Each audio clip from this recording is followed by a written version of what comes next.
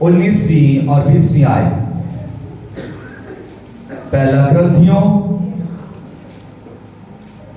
6वां बाब 19वीं और 20वीं आयत। क्या तुम नहीं जानते कि तुम्हारा बदन रूहुल कुद्दस का मक़दिस है जो तुम में बसा हुआ है और तुमको खुदा की तरफ से मिला है और तुम अपने नहीं, क्योंकि कीमत से खरीदे गए हो। बस अपने बदन से खुदा का जलाल जाहिर करो। खुदावन के कलाम के पढ़े, सुने और कबूल किए जाने पर खुदावन की कसरत के साथ बरकत हो। जिस सब कहे आमीन। रूहुल कुद्दस का मक़दस। तो आज पहले नंबर पर जो पौलुस खत लिख रहा है करंथियों के नाम, तो करंथिस की कलीसिया, पहले नंबर पर हम करंथस की तारीख को देखेंगे। करंथस एक शहर है, यूनान का शहर है और ये यूनान का दारुल खलाफा है, अमीर शहर है, सन्नत इसमें मरकज है, कारोबारी मरकज है, अमीर शहर है। और इस शहर में हर कौम के लोग बसते हैं, हर ज़बान के लोग और हर सकाफत के लोग यहां पर रहते हैं। इसलिए ये जब हर तरह के लोगों का यहां पर रहना है तो ये इसलिए इस शहर के अंदर तरह तरह की ज़बानें बोली जा रही हैं, तरह तरह के मज़ाहिब इसके अंदर हैं और हर कोई अपने मज़हब के मुताबिक इबादत कर रहा है। तो फिर इसकी जो मुआशी हालत है वो ये है कि ये अगरचे एक अमीर शहर है लेकिन रूहानी तौर पर इसका दिवालिया हो चुका है। रूहानी तौर पर ये गरीब शहर है लेकिन मुआशी लिहाज से ये एक कारोबारी शहर है, अमीर शहर है। और इसकी अगर इखलाकी और रूहानी हालत को देखें तो वो भी नहायत गिर चुकी है। ये शहर बदनाम है, ये शहर बदनाम है। किस वजह से बदनाम है? ये शहर बदकारी की वजह से बदनाम है, ये शहर बुत परस्ती की वजह से बदनाम है। यानी इस शहर के अंदर बदकारी खूब हो रही है, ज़नाकारी खूब हो रही है और इस शहर के अंदर गुनाह कसरत के साथ हो रहा है जिसकी वजह से रूहानी दिवालिया हो चुका है और इसके अंदर बुत परस्ती हो रही है। अब जो वहां पर इबादत गाहें हैं वहां पर बुत परस्ती हो रही है। अब वहां पर एक मंदिर है और उस मंदिर में 1000 से भी ज्यादा तवाइफ है। मैं बुतों की बात नहीं कर रहा, तवाइफों की बात कर रहा हूं। और तवाइफें उस मंदिर में क्या कर रही होंगी? जिस मंदिर के अंदर तवाइफें हो, कारोबारी औरतें हो, कसबी औरतें हो, जिस मंदिर के अंदर, जिस इबादत गाह के अंदर ऐसी औरतें कसरत के साथ पाई जाती हो जो गुनाह को गुनाह नहीं समझती, जिनके ख्यालों में बनी है, जिनकी आंखों में बनी है, जिनके मुंह में बनी है और जिनके दिल बदी से, गुनाह से, ज़ना से, हरामकारी से भरे हुए हैं, वो नाच रंग वहां पर हो रहा है और इसी को वो इबादत समझते हैं, इसी को इबादत समझते हैं। यानी सेक्सुअल वर्शिप, वहां पर जो इबादत हो रही है उसको वो इबादत कह रहे हैं, लेकिन पौलुस उसको गंदगी कह रहा है, पौलुस उसको बुराई कह रहा है। और ऐसी चीजें जब उस शहर के अंदर है तो उसी शहर में कलीसिया भी तो है, उसी शहर में मसीह के मानने वाले भी हैं, और मसीह के मानने वाले भी इन बुराइयों में पड़ गए, जनाकारी करने लगे, बुत परस्ती करने लगे, उनके मंदिरों में जाने लगे, क्योंकि वहां पर उनके मुताबिक उनको वो चीजें मिल रही थी, इसलिए वहां पर जाने लगे। आज लोग उसी जगह पर जाना ज्यादा पसंद करेंगे जो उनके माइंड के मुताबिक है, जो उनके दिल के मुताबिक है, वो वहां जाना पसंद करेंगे, वो वही काम करेंगे जो उनको पसंद है। अब उनको पसंद क्या था? सेक्सुअल वर्शिप करना उनको पसंद था, इसीलिए वो उस मंदिर में जाते थे जहां पर तोइफें थी, और वहां पर ना सिर्फ दूसरे मज़ाहब के लोग बल्कि मसीही लोग भी जाना शुरू हो गए, और उनके अंदर भी ये बुत परस्ती आ गई, और वो अपने दीन से हटने लगे, वो अपने कलाम को छोड़ने लगे, मसीह से अलग होने लगे। तो पौलुस रसूल ने फिर ये खत लिखा, जब लोग कह रहे थे कि हमारा बदन हमारी मर्जी, हमारा बदन हमारी मर्जी, यानी कि ये बदन गुनाह के लिए है, यानी ये बदन लोग कह रहे हैं कि गुनाह के लिए है, ये बदन हमारी मर्जी है, हम जो चाहे वो करें। आज लोग यही कहते हैं, आज बच्चे भी तो यही कहते हैं, हमारी जिंदगी है, हम जो कुछ मर्जी करें, हमारा बदन है, हम कुछ भी करें।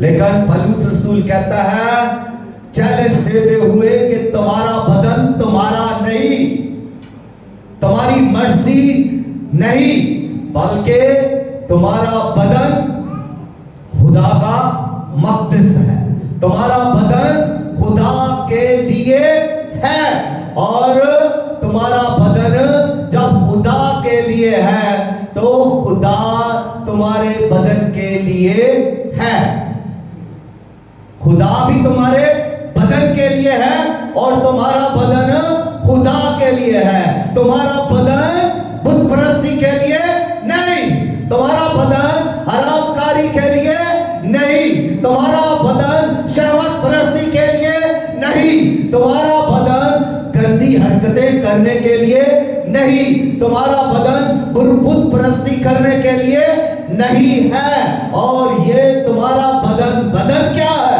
बदन ना सिर्फ रूहानी तौर पर बल्कि ये जिस्मानी तौर पर एक हकीकत है। और अब जब हम बदन को जिस्मानी तौर पर लेते हैं तो फिर इसमें हमारा सर है, आंखें हैं, नाक है सूंघने के लिए, आंखें हैं देखने के लिए, कान है सुनने के लिए, जबान है बोलने के लिए, हाथ है काम करने के लिए, और पांव है चलने के लिए, और दिल है एहसासात रखने के लिए, सोच अच्छी रखने के लिए।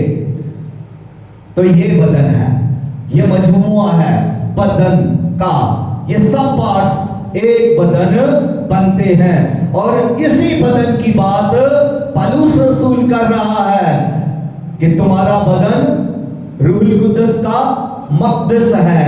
अब मक़दस क्या है? रूहुल कुद्दस का मक़दस क्या है? मक़दस का मतलब है इबादत का, मक़दस का मतलब है इबादत का, मक़दस का मतलब है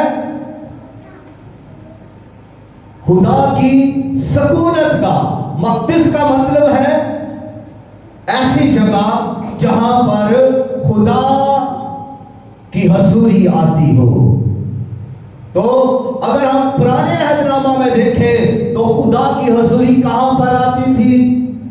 हाथ उठाइए जिसको पता है, खुदा की हसूरी कहां आती थी? क्या खुदा की हसूरी लोगों में आती थी? खुदा की हसूरी हैकल में आती थी, इबादत गाह में आती थी, जहां पर लोग आकर इबादत करते हैं। वहां पर खुदा की हसूरी आती, वहां पर खुदा का रूह जुम्बश करता, वहां खुदा का पर छा जाता। जहां उसके प्यारे लोग इबादत करते, ईमान के साथ उसकी तरफ मुतवज्जो होते, जहां उसके तालिब उसे पुकारते, गीत गाते, हमद करते, कुर्बानियां गुज़राते, वहां पर खुदा का पर छा जाता और वही मक़दिस था। अब नए अहदनामे के अंदर भी मक़दिस है, और नए अहदनामे के अंदर खुदा का मक़दस कौन सा है? खुदा का मक़दस कौन सा है?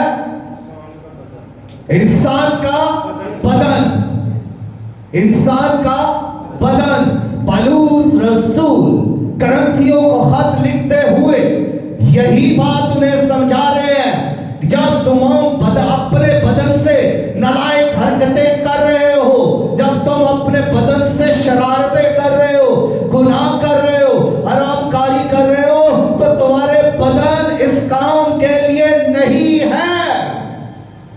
तुम्हारे बदन वो वजाहत कर रहा है कि तुम्हारे बदन खुदा का क्या है? मक़दस है, खुदा के रूह का मक़दस है, रूहुल कुद्दस का मक़दस है, रूहुल कुद्दस का घर है तुम्हारे बदन। और जब ये बदन रूहुल कुद्दस का मक़दस है या खुदा के रूह का मक़दस है, तो फिर इसको कितना पाक होना चाहिए? इसके अंदर से बुत परस्ती जानी चाहिए। फिर इस मक़दस के अंदर तवाइफ नहीं होनी चाहिए। इस बदन के अंदर फिर गंदगी नहीं होनी चाहिए। इस बदन के अंदर फिर हरामकारी नहीं होनी चाहिए।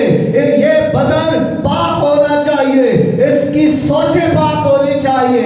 ये रूहुल कुद्दस का मक़दस है, इसको पाक होना चाहिए।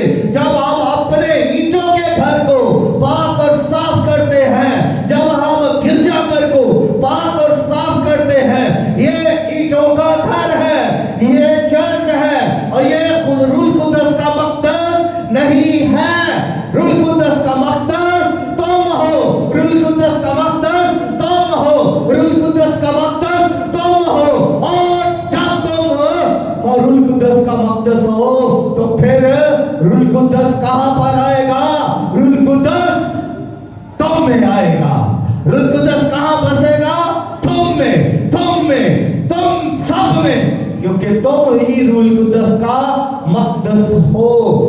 पौलुस रसूल बहुत गहरी बात कर रहा है, इसे समझने की जरूरत है। हम अपने बदन की सफाई नहीं करते, हम अपने बदन को पाक नहीं रखते, हम अपने बदन से नालायक हरकतें करते हैं, हम बहुत सारी गंदी बातें करते हैं। हमारा ये बदन जिसमें आंखें हैं, हमारी आंखें दुरुस्त नहीं है, हम ठीक नहीं देख रहे, हम मैली आंखों से, गंदगी भरी आंखों से देख रहे हैं और दुनिया के गलीज काम कर रहे हैं। हमारे हाथ गलत काम कर रहे हैं और हमारे कान गलत सोच रहे हैं, जिससे ये नापाक हो रहे हैं। और गलत सोचों की वजह से हमारा ज़हन और दिल नापाक हो रहा है। हैकल मक़दस गंदा हो रहा है। दूसरे लफ्ज़ों में गंदगी आ रही है।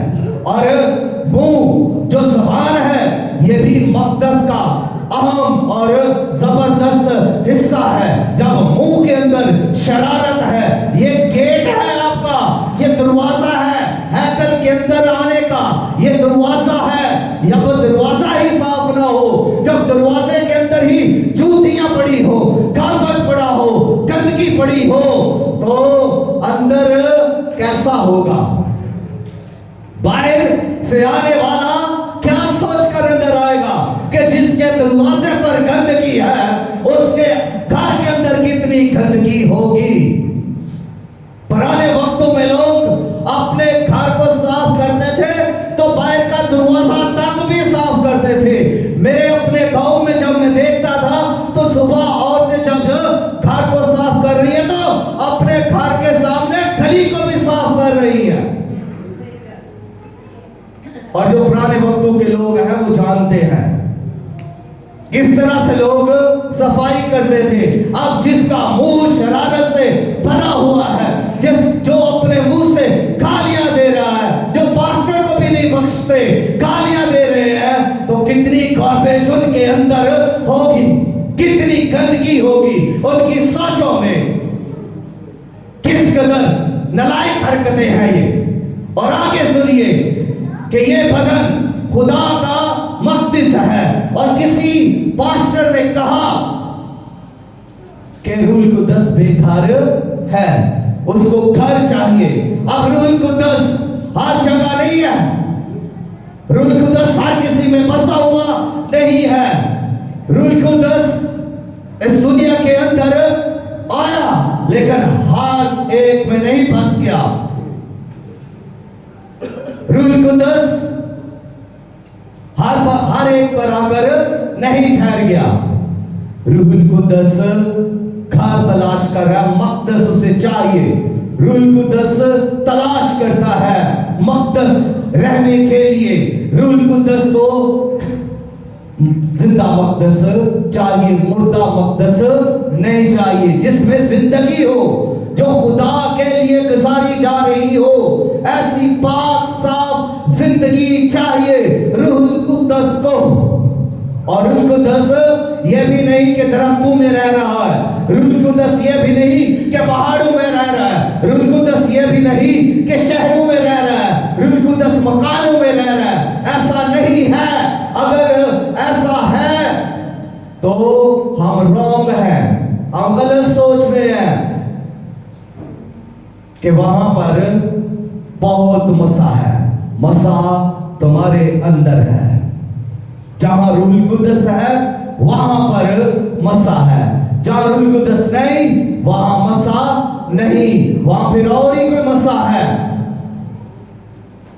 दो ही इस दुनिया के अंदर हस्तियां हैं।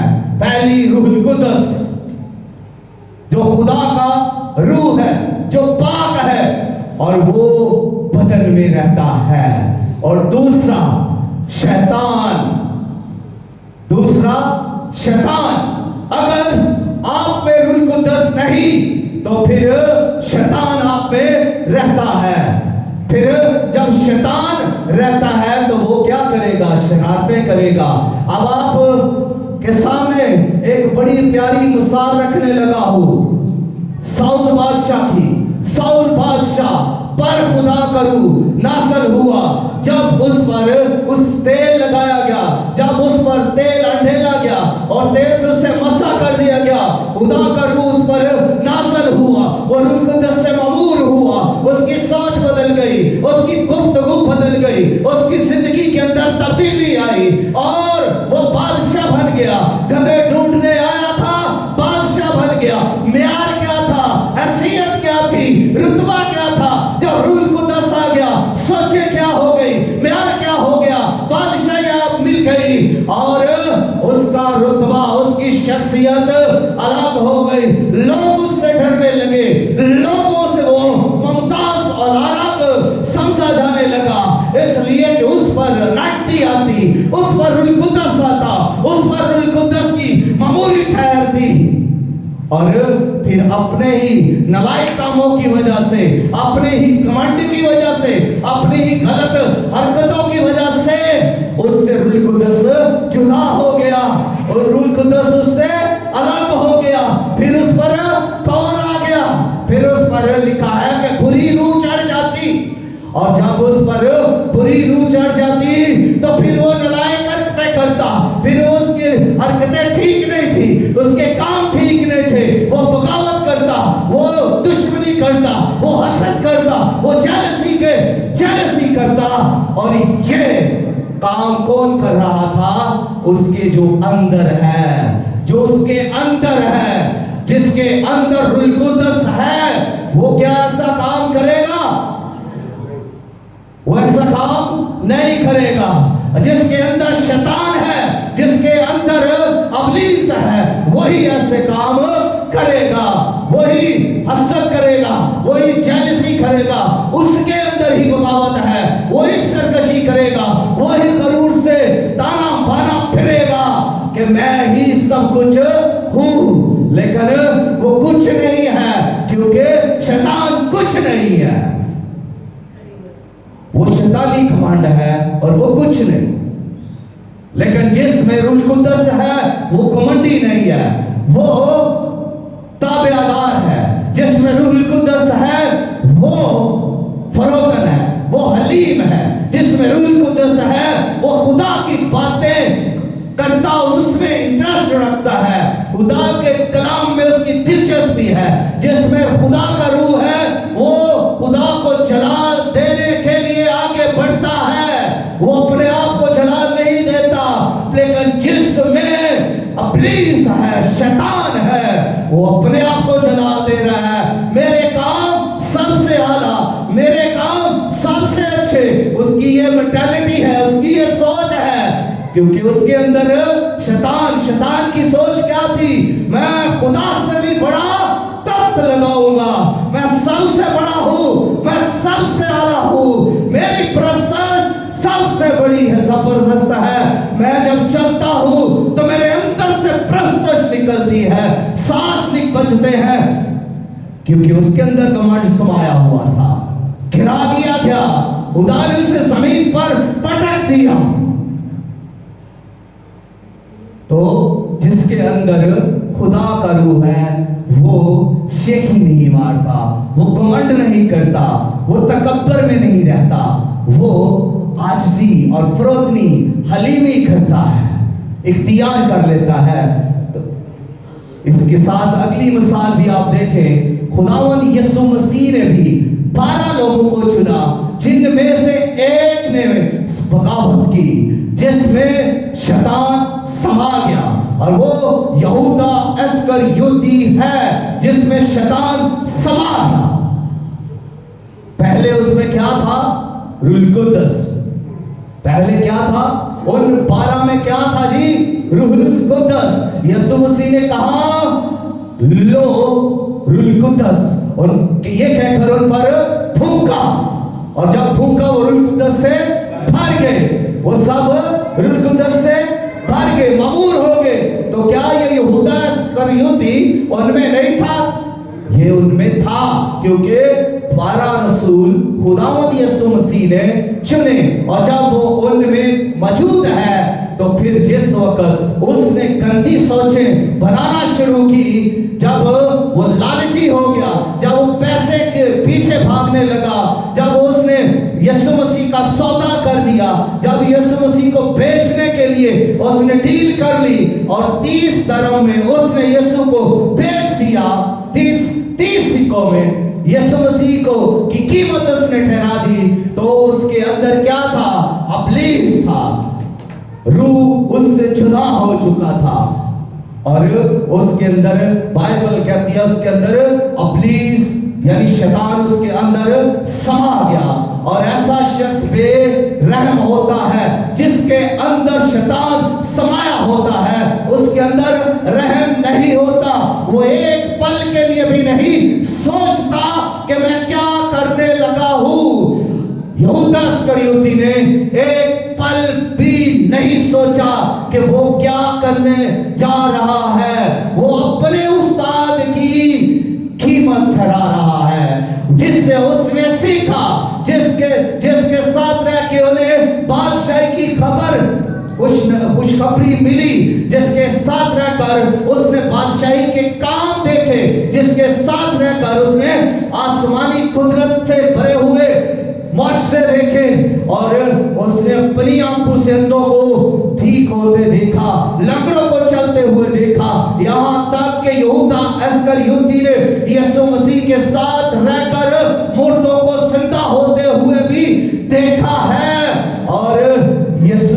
मसीह ने को उसने लोगों को माफ करते हुए भी देखा कि जा तेरे गुनाह माफ हुए। उसने ये सब कुछ देखा, तालीम पाई, रूह कुद्दस पाया, लेकिन फिर जब वो बगावत पर उतर आया तो उसने किस एक लम्हा भी इस बात को नहीं सोचा कि मैं कितनी बड़ी बगावत करने लगा हूँ, कितनी बड़ी सरकशी करने लगा हूँ। उसको उसके अंदर लालच था, उसके अंदर लालच था, उसको पैसा चाहिए था, बस उसकी जरूरत पैसा थी, उसकी जिंदगी पैसा थी। और ऐसे लोग जो पैसे के पीछे भाग रहे हैं, आज भी उनमें यहूदा अस्करियोती की रूह बसी हुई है। उनके लिए सिर्फ और सिर्फ पैसा है, उनके लिए सिर्फ और सिर्फ माल है, दुनिया का माल किसी तरफ से भी आ जाए, आना चाहिए। यहूदा अस्करियोती की रूह बगावत पर उकसाती है, सरकशी पर उकसाती है। और आज आपको बहुत सारे लोग ऐसी रूह वाले मिलेंगे जिनके सामने ना कोई फैमिली है। और आपको और थोड़ा सा इसके बारे में बताऊं कि इसकी बीवी और इसके बच्चों का क्या हाल हुआ। बगावत तो इसने कर ली, काम तो इसने कर लिया, शैतान तो इससे वो सब कुछ करवा चुका, ये मर गया, इसने फांसी दी, इसका पेट फट गया, अंतड़ियां फट गई, मर गया खुद। लेकिन आगे देखिए, इसके अलावा भी इसकी बीवी मजदल के अंदर, मजदल एक शहर था और उसके अंदर वो कस्बी बन गई और उसके बच्चे यतीम हो गए। बाइबल कह रही है कि उसके बच्चे यतीम हो गए। कहां गया वो माल, कहां गया वो पैसा जो जिसके लिए उसने ये सब कुछ किया। अब नुकसान कहां हो रहा है, पूरी नस्ल को नुकसान हो रहा है, पूरे खानदान को नुकसान हो रहा है। तो इंसान के अंदर, जिस इंसान के अंदर ऐसी शरारत बस गई है, ऐसी रूह बस गई है, फिर उसके लिए घाटा ही है। तो बाइबल मुकद्दस बयान कर रही है कि इंसान को अपने ऊपर गौर करना चाहिए कि मैं किस रूह में चल रहा हूं, किस यीशु मसीह इसीलिए तो कह रहे हैं कि तुम्हें सोचना चाहिए, तुम्हें जानना चाहिए। क्या तुम नहीं जानते कि तुम में रूह कुद्दस बसा हुआ है। रूह कुद्दस खुदा का पाक रूह अब बसा तो हुआ, तुम में बसा हुआ है, रहता है तुम में, बसता है तुम में, तुम्हारे साथ है, तुम्हारे अंदर है, अंदर रहता है। और जो अंदर रहता है वो आसमानों के आसमान पर तख्त नशीन है, जो अंदर रहता है उसका रूह है। जो पानियों की सतह पर जुम्मश करता था वो रूह है, वो तुम में बसता है। जो मूसा के साथ पहाड़ पर बातें करता था उसका रूह तुम में बसता है। जो आग की भट्टी में उतर आया उसका रूह तुम में बसता है। जो झाड़ी में उतर आया उसका रूह तुम में बसता है। जो बियाबान में आग का सतूर बनकर खड़ा हो जाता उसका रूह तुम में बसता है। जो बादल का सतूर बन जाता, बादल बन जाता, उसका रूह तुम में बसा हुआ है। जो खुशक चट्टानों में से चश्मों को जारी करता है उसका रूह तुम में बसा हुआ है। जिसने कुलसम को चीर दिया उसका रूह तुम में बसा हुआ है। और उसका रूह तुम में बसा हुआ है। जिसने कौड़ियों को पाक किया, जिसने लंगड़ों को चलाया, जिसने अंधों को आंखें दी और जिसने मुर्दों को जिंदा कर दिया, उसका रूह तुम में बसा हुआ है। तुम्हारा बदन उसका मक़दिस है। हमारा बदन उसका मक़दिस है। तो इस बदन को कितना पाक और साफ रखना चाहिए, इस बदन की कितनी केयर करनी चाहिए, इस बदन की परवाह करनी चाहिए। यहां से लेकर सोच को चेक करना चाहिए, हमारी सोच कैसी है, हमारी आंखें इनमें क्या है, कितना हिरस, कितना लालच, कितना तमा इन आंखों में है। और हमारे कान क्या सुन रहे हैं?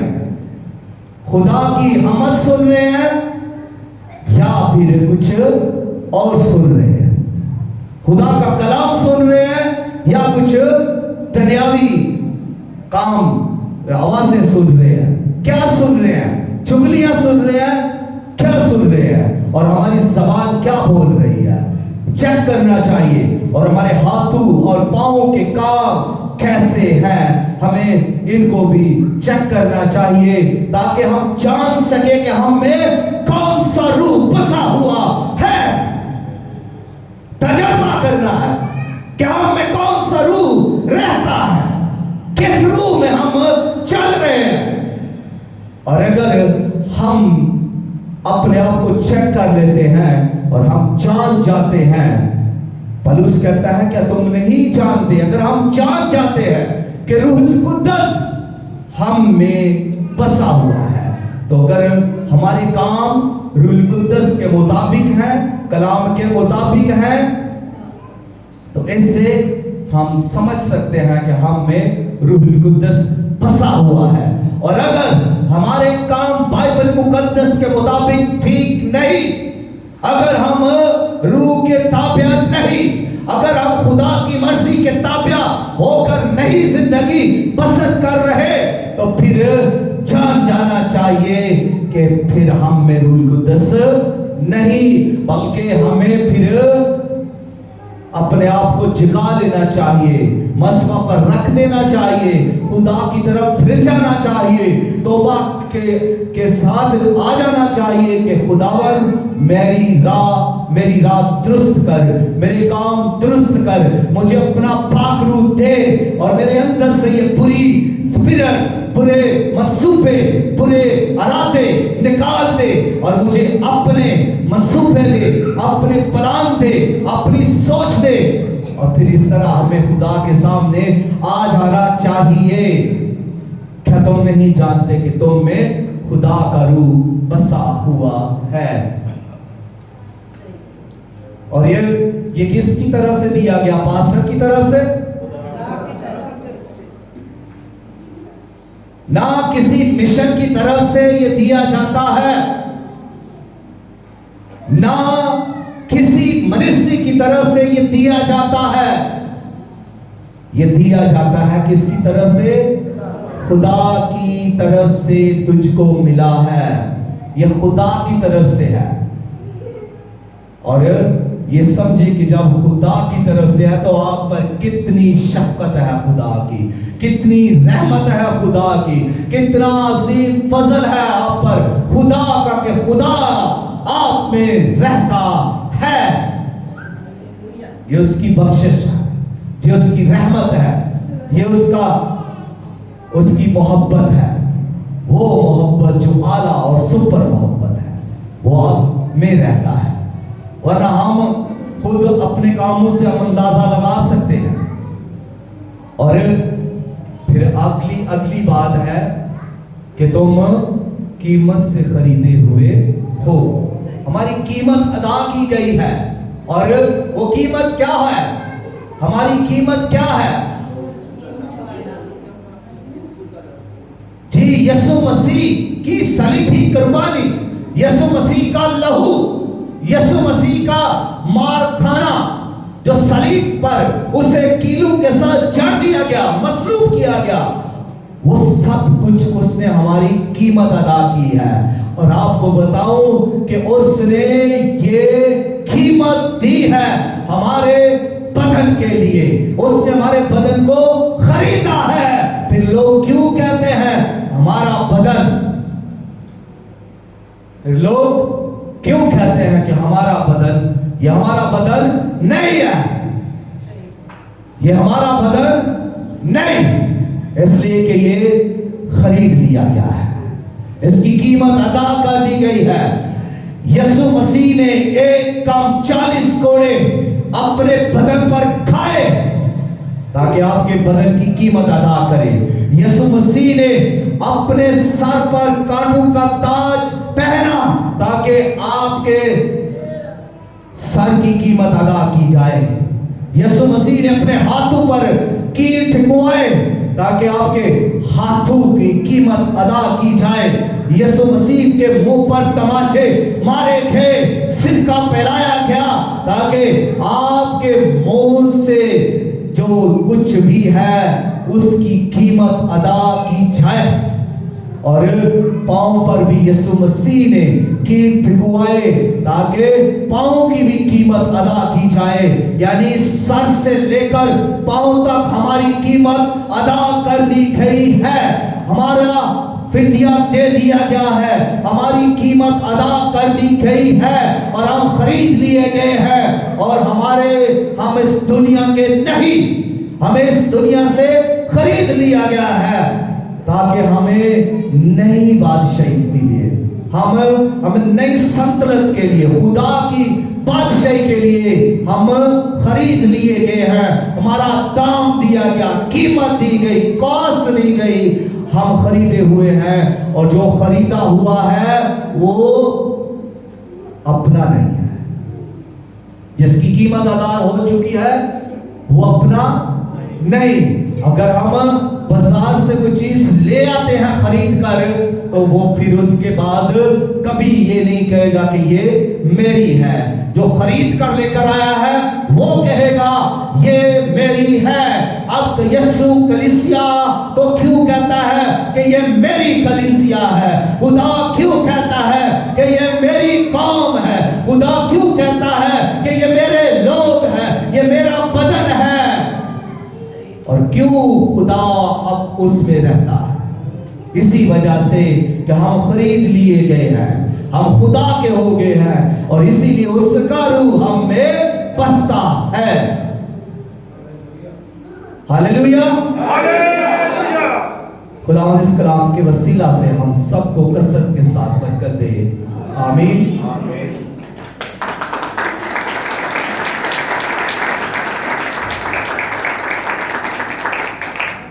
इसी खुशी में आए, सर झुकाएं और दुआ करें। Praise Lord. खुदा